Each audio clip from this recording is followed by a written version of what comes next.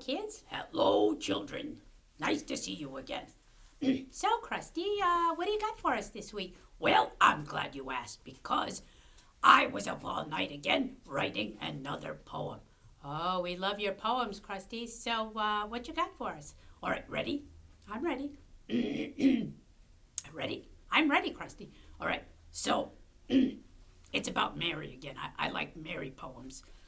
So, Mary had a little lamb. His fleece was black as soot, and everywhere that Mary went, his sooty footy put. Oh, that's kind of cute there, Krusty. I like sooty footy put. Yeah, I like the way it feels in my mouth when I say it, sooty footy put. So, what do you got for us there, Patty? You got another story? Well, yeah. I was going to continue to talk about Paul, the man that we talked about last week. Oh, I know. That's the guy who was mean to Christians and he got knocked down by a bright light and then he didn't eat for 3 days and then God changed his name and now he's a Christian, right? Yes, that's a good summary there, Krusty. So I think I'm going to guess what happened. So he joined with the Christians and they all loved him and he went on adventures with them and told everybody about Jesus. Well, not so fast, Krusty, because some of the Christians were a little bit skeptical. Skeptical? I think it's bad to be skeptical, right? What is skeptical? I don't know what that means. Well, it means that some of the Christians weren't so sure if they really believed that Paul was a new man. Oh, yeah. They were so used to Paul being Saul and being mean to Christians that they were saying to themselves, hey, wait a minute, how do we know that he's really a new man? Yeah, maybe he's trying to trick us, they said, right? That's right. Maybe he's pretending to be a Christian, and then when we're not looking, he's going to be mean to us and put us in prison. Oh, yeah, so yeah, that's possible, right? Because some people are very, very tricky. That's right. So they kept their eye on him. Well, so then how did Paul prove to them that he was really a Christian and not just trying to trick them? Well, they started listening to the things he said, and they watched the things he did, and they noticed that when he talked about Jesus, he said everything that was true. He said, I know. He said that Jesus was the Son of God and that Jesus was born in a manger and he grew up and lived a good life and took our sins on his shoulders and nailed them to the cross and then he died and then he came alive again, right? That's right. He said all the right things. So they said, nobody can talk like this unless he's really a Christian. So I think we're gonna just hug him and make him one of ours, and we're gonna believe him, and we'll go around with him and tell everybody about Jesus with Paul. Okay, so that's a very happy ending to the story, right? Well, not so fast, Krusty, because now the Christians liked Paul, but guess who didn't like Paul now? Oh, the Jews, the people that he used to hang around with, they didn't like him anymore because he didn't hang around with them anymore. That's right. They hated him now. So now they were trying to hurt Paul. Oh, boy. So what did Paul do? I know. He took out his sword and he slew them all with the sword and rode off on his horse like a valiant knight. No, that's not actually what he did.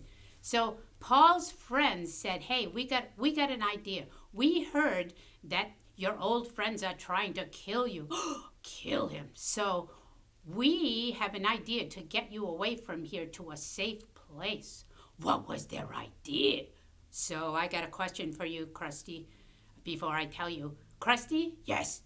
What is the highest building that you were ever in? Oh, I have to think about that. Let's see, my grandmother's house has an attic. Wait, I know. The tallest building I was ever in was the Empire State Building. Empire State Building. That's what I said, the Empire State Building. Yes, the Empire State Building is very high. Well, these friends of Paul said, we're in a very high building and we're going to let our friend Paul out the window and put him in a basket and hold the basket with ropes, and we're going to put him out the window, and we're going to let him down this very tall building to escape. Oh, that's right, because Paul's enemies would be looking at the doors. They wouldn't think to look at the windows, right? That's right. So Paul got in a giant basket, and under the basket there was some ropes, and Paul's friends were all holding on tight to the ropes, and he sat in the basket, and they lowered him down the building to safety on the street. And then what happened? And then Paul ran away to another city to tell people about Jesus where they were willing to listen. Well, that's a very happy ending. Well, it's not even the ending yet. Paul is going to have a lot more adventures than that. But this is one way that God helped Paul to escape, and he's going to help Paul to escape many other things too. Oh, God cares about the details, right? God is always watching out for us, and he provided a basket just at the right time and gave Paul's friends a good idea. I think I'm going to follow Jesus because he knows how to take care of his people. That's right. So Paul rode off into the sunset to another town and told other people about Jesus, but we're not going to talk about that right now. We'll talk about that another week. Okay, well, I can't wait. And I will also come up with a new poem for you because I know that you appreciate my poems. And maybe you kids can try to write a poem at home too. And I think you can try to make a rhyme. Like, let's think of a few rhymes for the kids. Okay, like what last time I did, let's see, Mary had a little, his fleece was white as snow, and everywhere she go, or something, snow and go, right? That's right. And this week you said soot and sooty footy put. So soot and put rhyme. Yeah, so it's kind of fun to make rhymes. And the little kids at home can try to make a poem. Maybe their mom and dad can help them this week. Okay, Krusty. Well, we'll see you later then. And as always, I have to go. So see you later. Bye-bye.